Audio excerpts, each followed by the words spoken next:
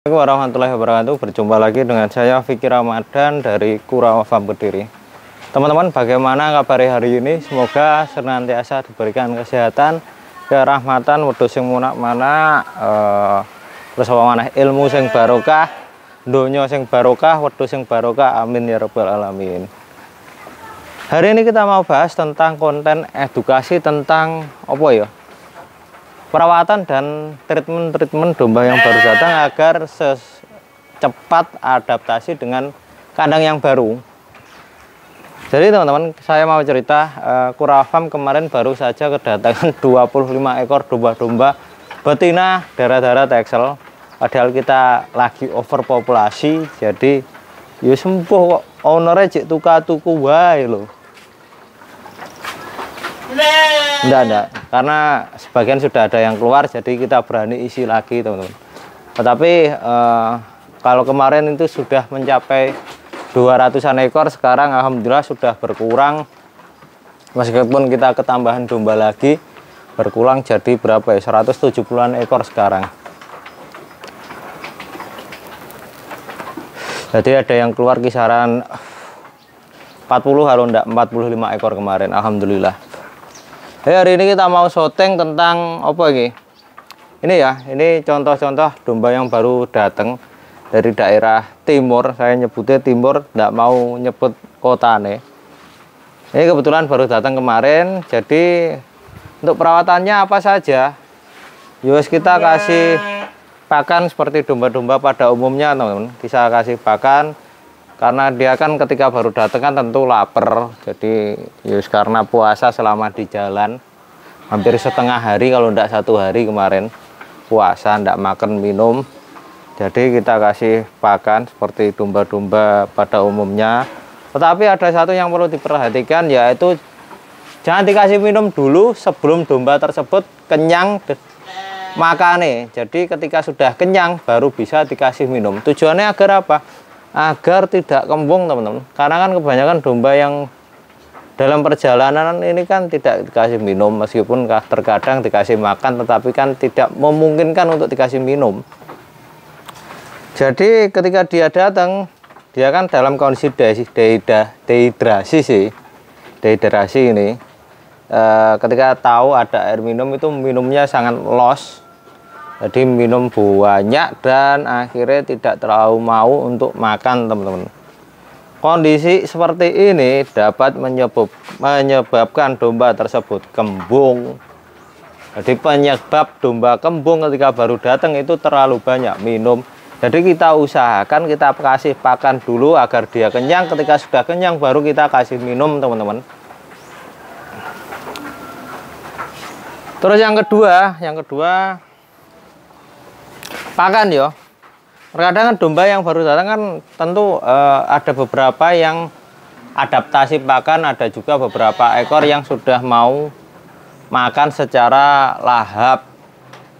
Jadi kita tanyakan, kita usahakan tanya pakan di kandang sebelumnya itu apa, teman-teman.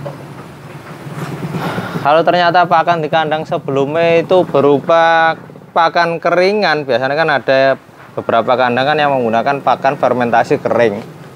Jadi kan ketika diganti dengan pakan rumput ini kan perlu adaptasi 1-2 hari lah. Ya kita harus juga beradaptasi atau kita carikan pakan yang mirip seperti kandang sebelumnya. Jadi kalau dengan pakan utamanya rumput ya kayak no rumput gak apa-apa, tapi di atas sih harus ditabur dengan konsentrat.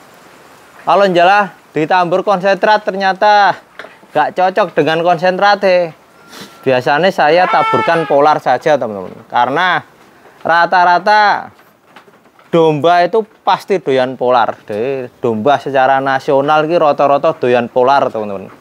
Jadi kita taburkan polar agar dia mau makan. Intinya ya pertama domba baru datang itu harus mau makan. Kalau tidak mau makan berarti dan ternyata dia lemas, ya berarti sakit. Ketika sakit harus diapakan? Yo, kita cari tahu, kita harus mendiagnosis penyakitnya apa, apakah demam, flu dan lain sebagainya. Kita diagnosis. Ketika sudah tahu diagnosisnya penyakitnya apa, ya kita kasih obat. Oh saya biasa nih Karena diagnosisku biasanya kleru, ya tak kasih vitamin, injektamin ADE gitu agar pemulihannya cepat.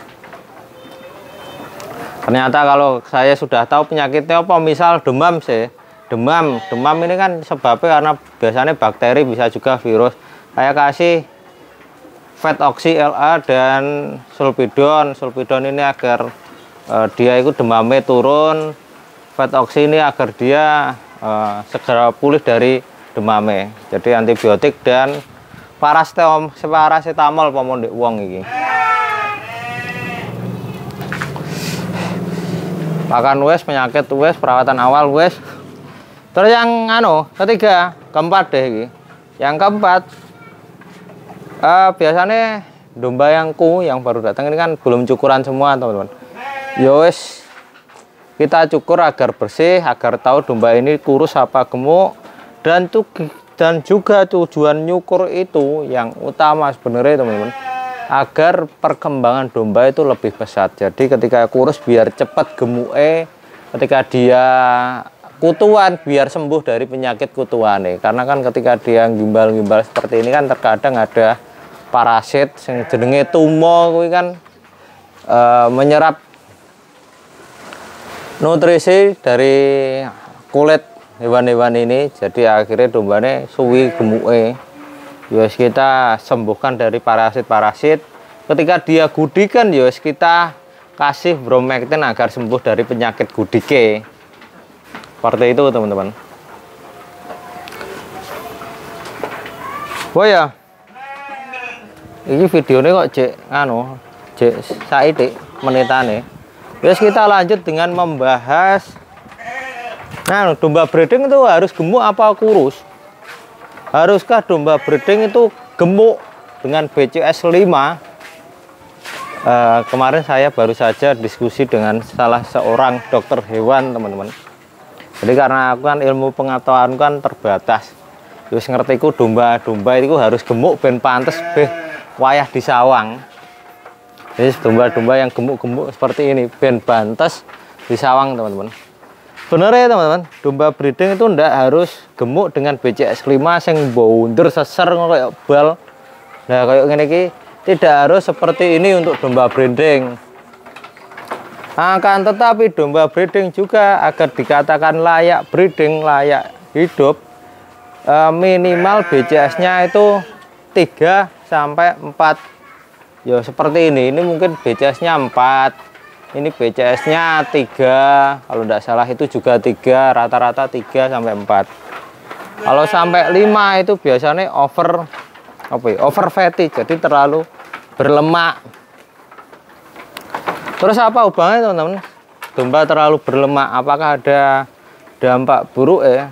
Sebenarnya teman-teman, domba yang terlalu gemuk, terlalu berlemak itu nanti akan menghambat proses reproduksinya. Apabila reproduksinya itu oke, kita lanjutkan. Ini tadi baru saja azan. Apa mangin bas? Oh ya, domba terlalu berlemak. Dampak buruk ya apa? Dampak buruk biasanya lemak-lemak ini menutupi jaringan di sekitaran apa ya? Cervix ya apa ya? Pokok saluran vagina nih, dan menghimpit saluran vagina tersebut sehingga ketika domba pejantan macet, sperma tidak bisa sampai ke berkemungkinan tidak sampai ke sel telur. Jadi sperma tidak dapat menjangkau sel telur. Ini hasil diskusi kemarin. Tidak sampai ke sel telur, akhirnya apa? Kebuntingannya mundur. Kebuntingan yang terlalu mundur atau domba tersebut birahi berkali-kali berkemungkinan menyebabkan perubahan perilaku dari domba tersebut. Biasanya ini yang disebut dengan majer. Biasanya, teman-teman, lek ora kleru, ini berasal dari hasil analisisku.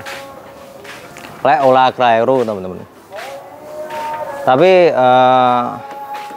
insya Allah ora kleru. Jadi domba breeding itu tidak perlu terlalu gemuk, karena yang dirah atau dipureh atau yang dikatakan sebagai laba dalam usaha breeding itu berupa hasil anakan berupa cempe-cempe seperti ini iki. Jadi yang penting cempene lemu, sehat, susune induke bancar, ya wis kuwi teman-teman. Manake akeh, loro, telu, ya wis kuwi yang kita jadikan acuan sebagai profit maker usaha breeding. Terus apa maneh iki?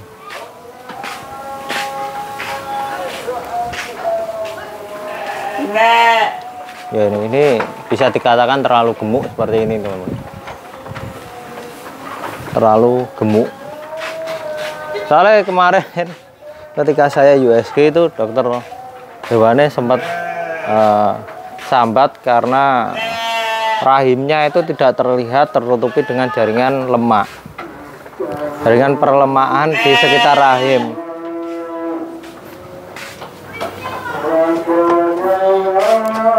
Ya itu saja teman-teman untuk konten edukasi kali ini. Saya mohon maaf apabila ada kesalahan kata, apabila ada salah ilmu, monggo di-sharing di kolom komentar. Jadi monggo saja sampaikan pengalaman-pengalaman dan pengetahuan jenengan di kolom komentar tentang topik pembahasan kita kali ini. Terima kasih.